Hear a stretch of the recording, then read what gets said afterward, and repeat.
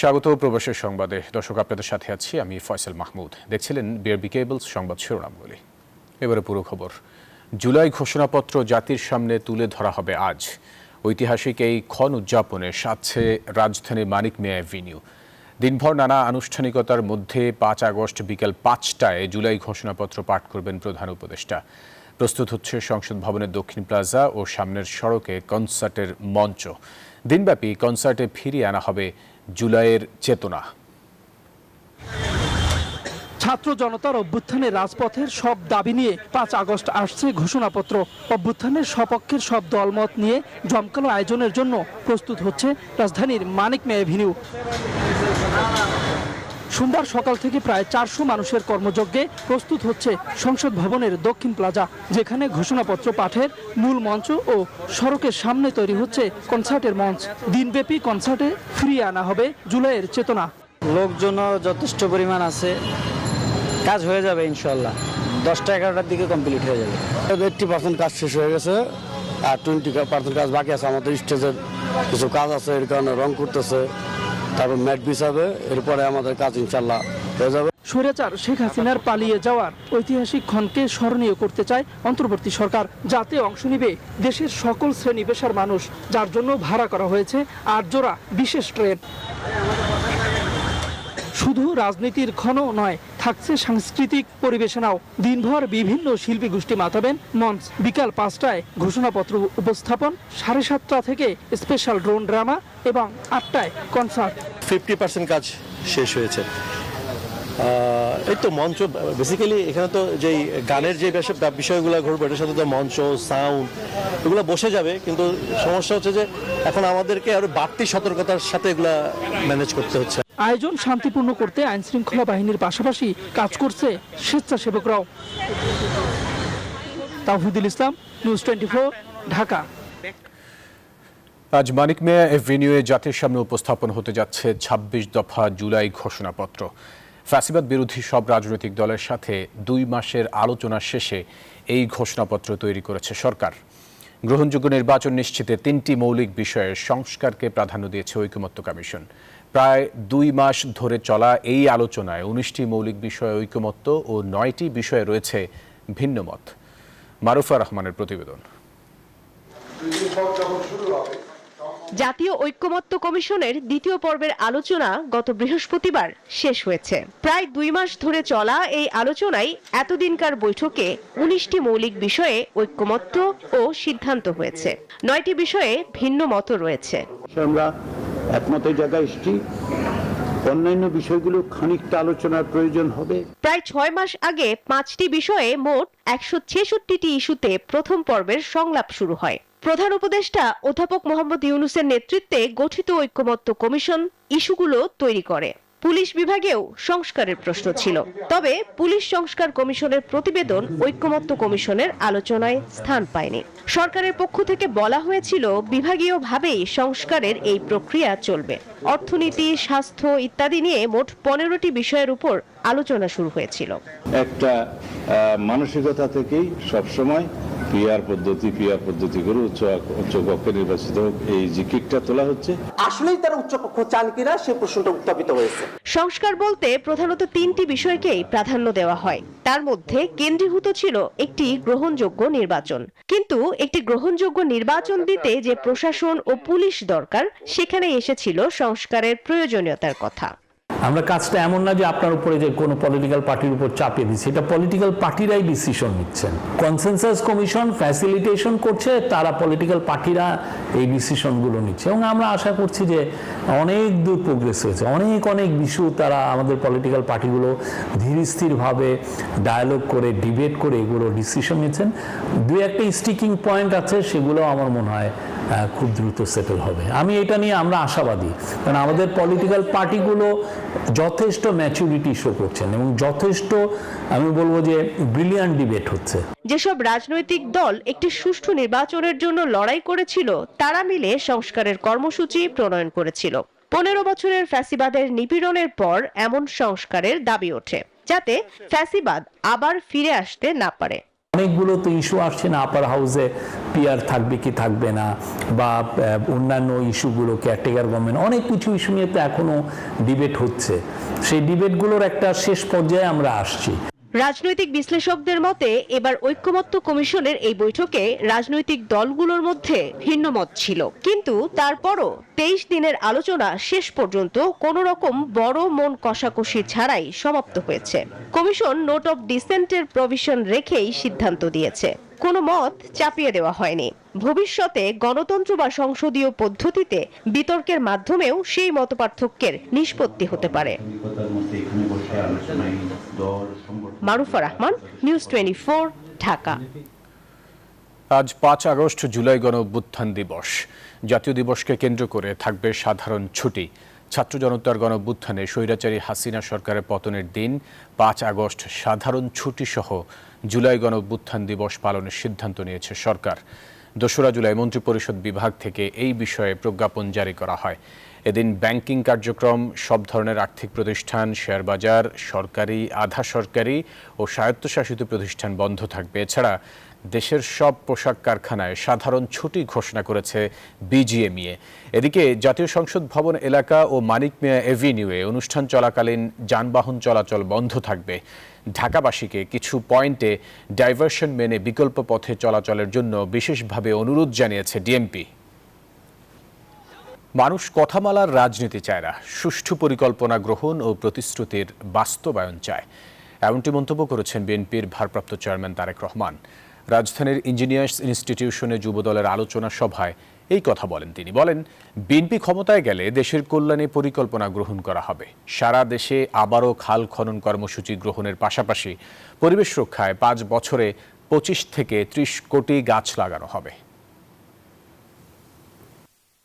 July August গণ অভ্যুত্থান, শোক ও বিজয়ের বর্ষপূর্তি উপলক্ষে আলোচনা সভার আয়োজন করে জাতীয়তাবাদী যুবদল। এতে লন্ডন থেকে ভার্চুয়ালি যুক্ত হন বিএনপির ভারপ্রাপ্ত চেয়ারম্যান তারেক রহমান।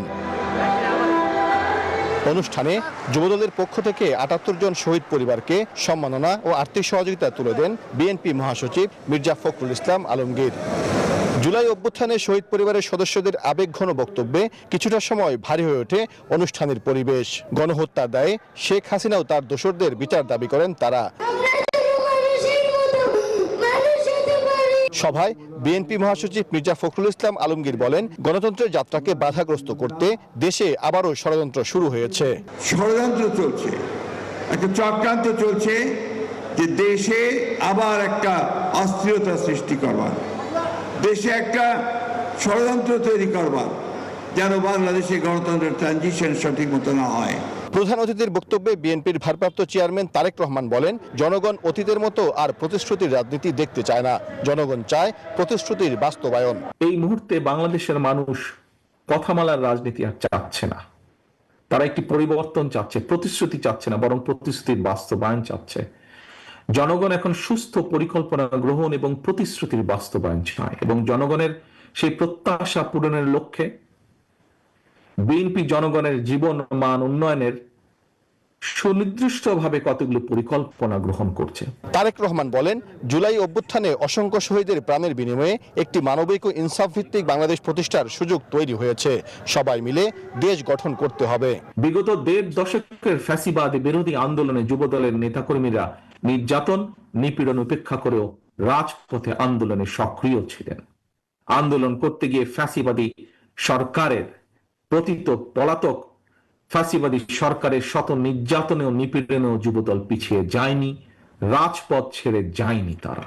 সভায় জনগণের আস্থা ও বিশ্বাস ধরে রাখতে যুবদলের নেতাকর্মীদের প্রতি আহ্বান জানান তারেক রহমান। সাইফুল ইসলাম, নিউজ 24, ঢাকা। বাংলাদেশি নাগরিকদের জন্য ভিসা খরচ প্রায় দ্বিগুণ বাড়িয়ে 1500 টাকা করেছে ভারত। আগে যা ছিল 824 টাকা। ইন্ডিয়ান ভিসা অ্যাপ্লিকেশন সেন্টার আইভ্যাকের ওয়েবসাইটে দেয়া এক বিজ্ঞপ্তিতে এই তথ্য জানানো হয়েছে। বলা হয়েছে, কার্যক্রম পরিচালনার খরচ বেড়ে যাওয়ায় এই বর্ধিত ফি নেওয়া হবে। এই সিদ্ধান্ত আগামী 8 আগস্ট থেকে কার্যকর হবে। 2018 সালের পর এবারই প্রথম বাড়ানো হলো এই সার্ভিস চার্জ। গত 1 বছর ধরে বাংলাদেশি নাগরিকদের জন্য সাধারণ ভারতীয় ভিসা কার্যক্রম বন্ধ রয়েছে। শুধু জরুরি চিকিৎসা সেবার জন্য সীমিত সংখ্যক ভিসা দেয়া হচ্ছে।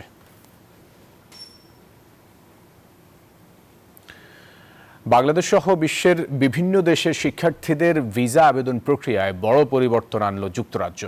ভিসার জন্য কাগজের নথিপত্রের পরিবর্তে এখন চালু করেছে ই-ভিসা ব্যবস্থা।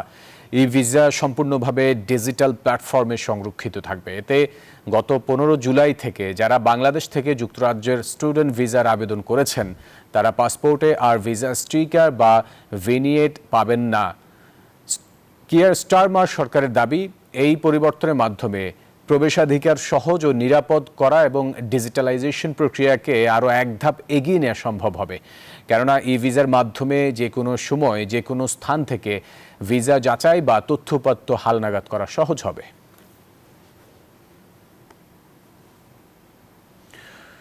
মাইলস্টোন স্কুল অ্যান্ড কলেজে প্রশিক্ষণ বিমান দুর্ঘটনায় নিহতদের প্রতি গভীর সমবেদনা জানিয়ে প্রধান উপদেষ্টা ডক্টর মোহাম্মদ ইউনুসকে একটি বার্তা পাঠিয়েছেন ব্রিটিশ প্রধানমন্ত্রী Keir Starmer.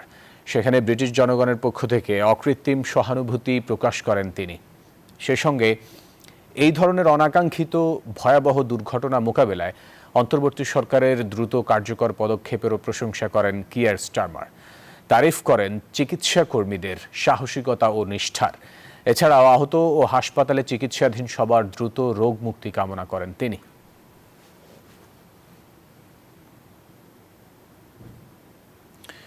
GSC south east রিজিয়নের দ্বিবার্ষিক সাধারণ সভা ও নির্বাচন অনুষ্ঠিত হয়েছে। গত রোববার পূর্ব লন্ডনের একটি হলে এই সম্মেলন ও নির্বাচন অনুষ্ঠিত হয়। এতে প্রধান অতিথি হিসেবে বক্তব্য রাখেন কেন্দ্রীয় চেয়ারপারসন ব্যারিস্টার আতাউর রহমান। বিশেষ অতিথি ছিলেন টাওয়ার হ্যামলেট কাউন্সিলের সাবেক deputy mayor councillor Sirajul Islam, বাইতুল আমান মসজিদের খতিব মাওলানা আব্দুল মালিক, পোর্টসমাউথ সিটি কাউন্সিলের ডেপুটি মেয়র আব্দুল কাদির সহ আরও অনেকে। আলোচনা শেষে দ্বিবার্ষিক সভায় রিপোর্টগুলো সর্বসম্মতিক্রমে গৃহীত হয়।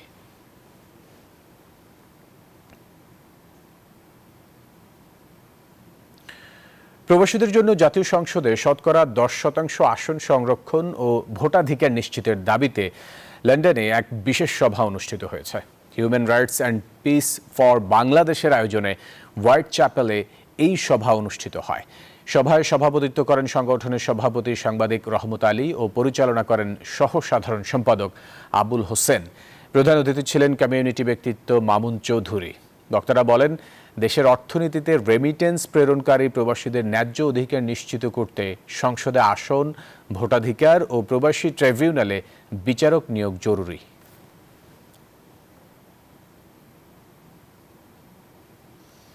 মালদ্বীপ কারাগারে বাংলাদেশি কারাবন্দীদের পরিধেয় পোশাক উপহার দিয়েছে দেশটির বাংলাদেশ হাইকমিশন। দেশটির কারেকশনাল সার্ভিসের কাছে সব হস্তান্তর করেন বাংলাদেশ দূতাবাসের কল্যাণ সহকারী আল মামুন পাঠান। সম্প্রতি মালদ্বীপের মাপসি কারাগার পরিদর্শনের সময় বাংলাদেশি কারাবন্দীরা তাদের পরিধেয় বস্ত্রে সংকটের কথা জানান হাইকমিশনকে। এরই পরিপ্রেক্ষিতে হাইকমিশনের উদ্যোগে ওয়েজ ওনার্স কল্যাণ তহবিলের অধীনে 49 বাংলাদেশি কারাবন্দীর নিত্য প্রয়োজনীয় পণ্য সহায়তার ব্যবস্থা নেওয়া হয়। এসব বন্দীদের মধ্যে কেউ সাজাপ্রাপ্ত, আবার কেউ বিচারাধীন রয়েছেন। জুলাই গণঅভ্যুত্থানের 1 বছর পূর্তি উপলক্ষে অস্ট্রেলিয়ায় হয়ে গেল স্মরণ সভা। স্থানীয় সময় রোববার সিডনির ওরেন পার্কে অনুষ্ঠিত এ সভায় ওপেন মাইকের ব্যবস্থা রাখা হয়। সংস্কৃতি কেন্দ্রের পক্ষে সৈয়দ সামরান স্বাগত বক্তব্যে অস্ট্রেলিয়ার আদিবাসীদের স্বীকৃতি জানিয়ে জুলাই গণ অভ্যুত্থান নিয়ে সংক্ষিপ্ত বক্তব্য প্রদান করেন। আয়োজকরা জানান, এই অনুষ্ঠান শুধুমাত্র একটি স্মরণ সভা নয়, বরং ভবিষ্যৎ প্রজন্মকে গণতান্ত্রিক মূল্যবোধ, ন্যায় বিচার ও মানবাধিকারের গুরুত্ব অনুধাবন করানোর একটি প্রচেষ্টা।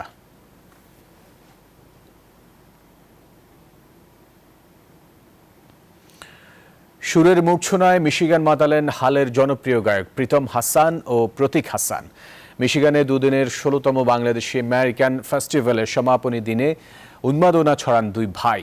যুক্তরাষ্ট্রের মিশিগান থেকে জুয়েল খানের তথ্যচিত্রে ডেস্ক রিপোর্ট। পরবাসী হাজারো ব্যস্ততার মাঝে এমন আয়োজন অভিবাসীদের জন্য আনন্দ ও প্রশান্তির হাওয়া দিয়ে গেছে। তাই তো গ্রীষ্মের পরন্ত বিকেলে মিশিগানের ওয়ারেন শহরের সিটি স্কোয়ারে অনুষ্ঠিত 16তম বাংলাদেশি আমেরিকান ফেস্টিভ্যাল অভিবাসী বাংলাদেশিদের পদচারণায় ছিল মুখরিত। ফেস্টিভ্যালের স্টলগুলোতেও ছিল ক্রেতা ও দর্শনার্থীদের ভিড়, যেখানে ছিল খাবার ও বিভিন্ন পণ্যের পসরা।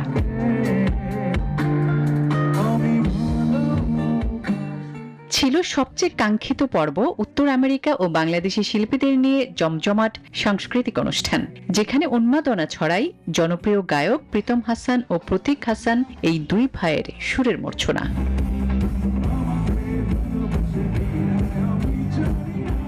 দুদিনের বাংলাদেশি আমেরিকান ফেস্টিভ্যালের আয়োজন করে বাংলাদেশ অ্যাসোসিয়েশন অব মিশিগান বাম।